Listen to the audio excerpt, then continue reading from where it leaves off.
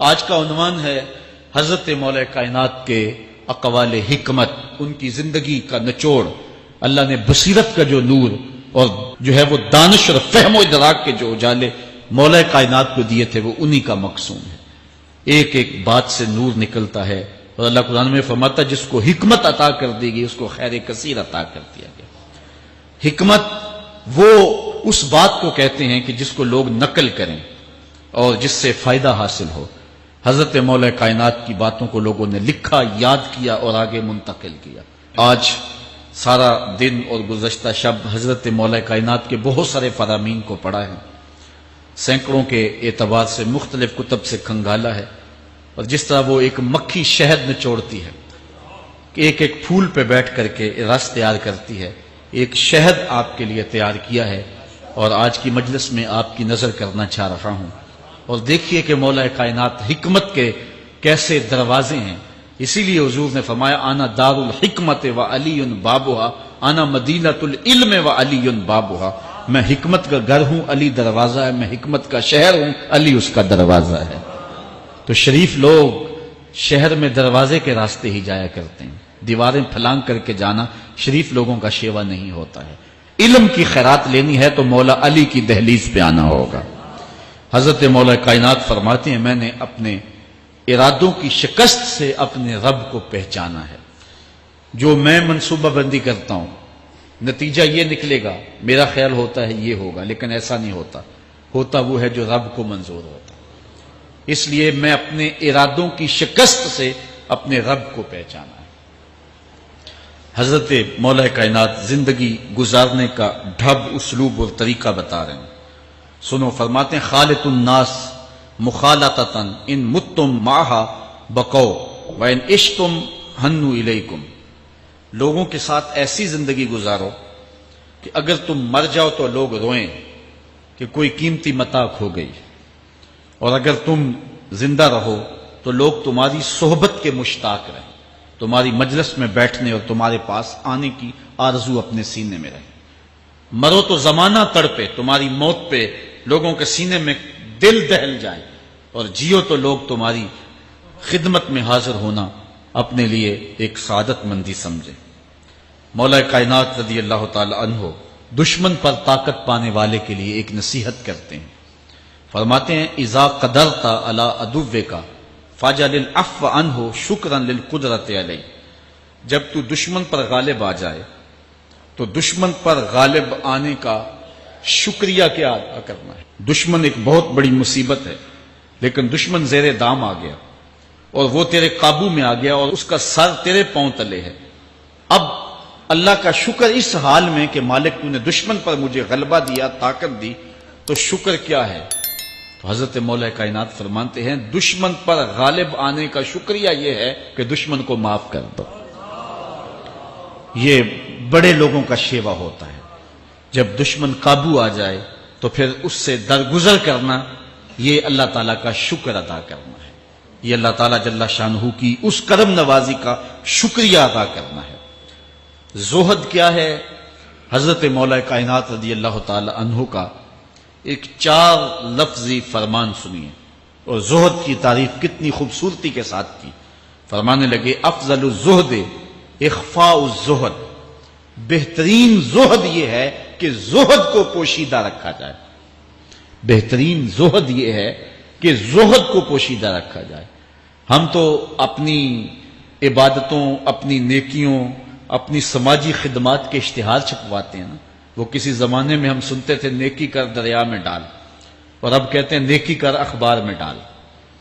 یہاں زہد، ترک دنیا، اللہ تعالیٰ کی عبادت کا جو ذوق بندے کو نصیب ہوتا ہے، وہ بہترین اور افضل زہد کیا ہے؟ کہا زہد کو پوشیدہ رکھنا، یہ افضل زہد ہے۔ حضرت مولا کائنات کا ایک اور فرمان سنیے، اشرف الغنا ترک المنا، بہترین دولت مندی کیا ہے؟ جس کے پاس مربے زیادہ ہیں، جس کے پلازے زیادہ ہیں، جس کا بینک بیلنس زیادہ ہے، جس کے پاس جو ہے وہ بہت ساری دولتیں ہیں، سونا اور چاندی کے انبار ہیں، کون سب سے زیادہ دولت مند ہے؟ افضل دولت مندی کیا ہے؟ تو حضرت مولا کائنات فرماتے ہیں کہ افضل دولت مندی یہ ہے کہ آرزویں ترک کر دی جائیں۔ ورنہ کھرب پتی بھی بندہ ہوگا تو اس کو چین نہیں آئے گا، قرار نہیں آئے گا، حل من مزید اس کی تباہ میں ہوگا۔ چونکہ آنکھیں نہیں رجتی، پیٹ بھر جاتا ہے، آنکھیں نہیں بھرتی۔ کوزائے چشم حریصاں پر نشد، تا صدف کانے نشد پر در نشد۔ اس لیے حضرت مولا کائنات فرماتے ہیں بہترین غنا اور دولت مندی کیا ہے کہ بندے کی آرزویں ختم ہو جائیں۔ اقبال کہتا ہے تیری دعا ہے کہ ہو میری آرزو پوری، تیری دعا ہے کہ ہو میری آرزو پوری، میری دعا ہے کہ تیری آرزو بدل جائے، میری دعا ہے کہ تیری آرزو بدل جائے۔ تو یہ بہترین غنا ہے کہ بندے کی آرزویں مختصر ہو جائے، ورنہ انسان جس حالت میں بھی ہو وہاں مطمئن نہیں ہوتا۔ کروڑ پتی ارب پتی کو دیکھتا ہے، ارب پتی کھرب پتی کو دیکھتا ہے، کھرب پتی اپنے سے آگے دیکھتا ہے۔ اس لیے جب آرزویں مختصر ہوں گی تو بندہ جس حالت پہ بھی ہوگا راضی ہوگا، اور بندہ اپنی حالت پہ راضی ہو جائے تو یہ اللہ کی رضا کا سبب ہے۔ حضرت مولا کائنات کا ہی ایک قول ہے، جو اللہ کے عطا کردہ تھوڑے رزق پہ راضی ہو گیا، اللہ تعالیٰ قیامت کے دن اس کے تھوڑے عملوں پہ راضی ہو جائے۔ یہ اللہ کی کرم نوازیوں کے رنگ ہیں۔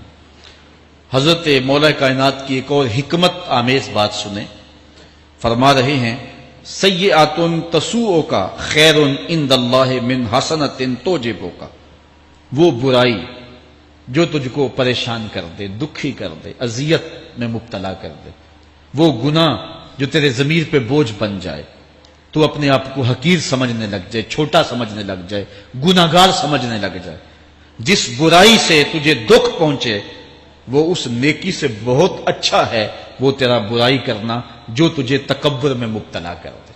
جس نیکی سے تو متکبر ہو جائے، انسان کو انسان نہ سمجھے، مخلوق کو کیڑے مکوڑے سمجھے، اپنے سجدوں پہ ناز کرے، ان سجدوں سے وہ برائی بہتر ہے جو تیرے اندر عجز پیدا کر دے، تیرے اندر نرمی پیدا کر دے، تیرے اندر جو ہے وہ ایک رکت پیدا کر دے۔ وہ برائی جو ہے وہ اس نیکی سے بہتر ہے۔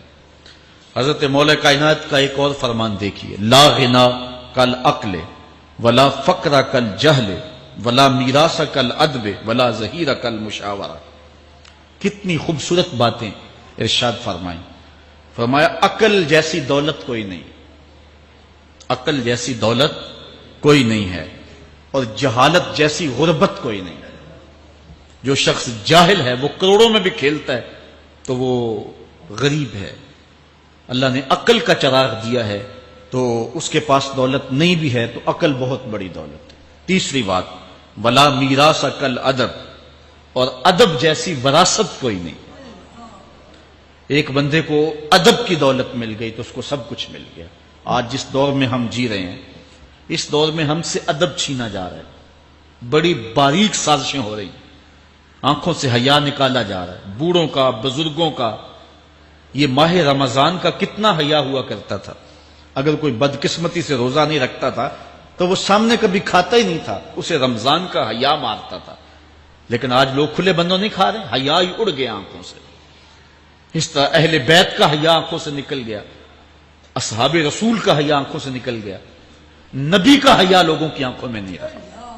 بے ادبی کو فروغ ہے، اور نبی کے بارے میں ایسی ڈٹائی سے بات کرتے ہیں جس طرح عام آدمی ہو گئے۔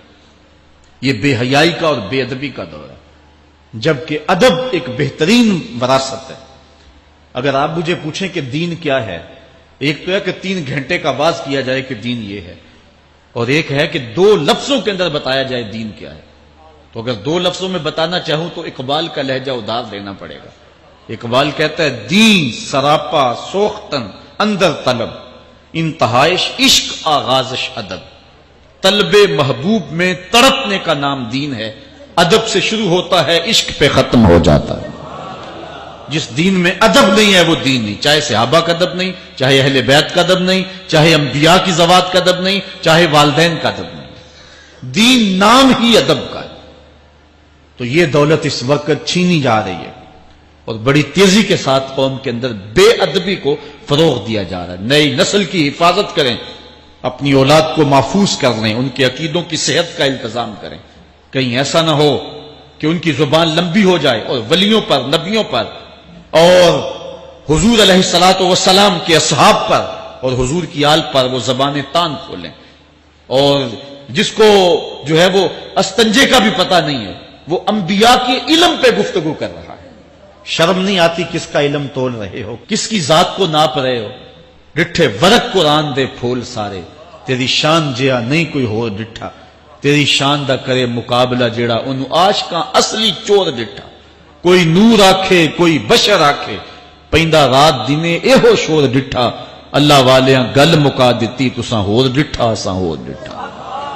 تم نے پتہ نہیں کس کو دیکھا ہے جو سکی بیٹی کو بھی نہیں بخشوا سکتا، گلا پھاڑ پھاڑ کے کہا جاتا ہے نبی سکی بیٹی کو نہیں بخشوا سکتا۔ اور میاں تم بخشوانے کی بات کرتے ہو، نبی تو کہہ رہا ہے فاطمہ تو جنتی عورتوں کی سردار، وہ تو جنتیں بانٹ رہے ہیں، وہ تو جنتیں وراثت میں دے رہے ہیں۔ تو ادب پہلا کرینہ ہے محبت کے کرینوں میں، اس لیے کہا کہ ادب جیسی میراث کوئی نہیں، ولا ظہیرہ کل مشاورہ، اور مشورے جیسا مددگار کوئی نہیں۔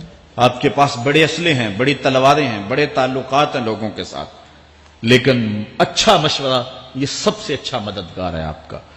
حضرت مولا کائنات کا ایک اور قول سنیے، نفس المرء خطاہ الی اجلہ، آپ فرماتے ہیں کہ آدمی کی یہ جو سانسیں نکل رہی ہیں یہ موت کی طرف اٹھتے ہوئے قدم ہیں۔ دوسری سانس تب آتی ہے جب پہلی ختم ہو جاتی، تو پہلی سانس کی موت دوسری سانس کی زندگی ہے۔ وہ کیا کسی نے کہا زندگی نام ہے مر مر کے جیے جانے کا، یہ ایک بار ہم ایک سانس کو کاٹتے ہیں تو دوسری سانس آتی ہے، جب تک پہلی سانس موجود ہے دوسری نہیں آئے گی۔ تو حضرت مولا کائنات فرماتے ہیں یہ موت کی طرف اٹھتے ہوئے قدم ہے۔ آپ رکے ہوں اشارے پہ تو ہمارے یہ پنڈی بائی پاس پہ جو اشارے لگے ہیں یہ 125 سے بھی چلتے ہیں، 125 سے پیچھے آ رہے ہیں، 20 سے 25 سے 50 سے 100 سے 125 سے پیچھے آ رہے ہیں۔ حضرت مولا کائنات فرماتے ہیں جو چیز شمار کی جاتی ہو وہ بالآخر ختم ہو جاتی، تو گنتی جب الٹی چلتی ہے تو بہت جلد کام زیرو پہ آ جاتا ہے، اور زیرو پہ پہنچنا ہی موت ہے۔ تو زندگی کی یہ سانسیں یہ الٹی چل رہی ہیں، اور میں اور آپ لمحہ لمحہ موت کے قریب ہو رہے ہیں۔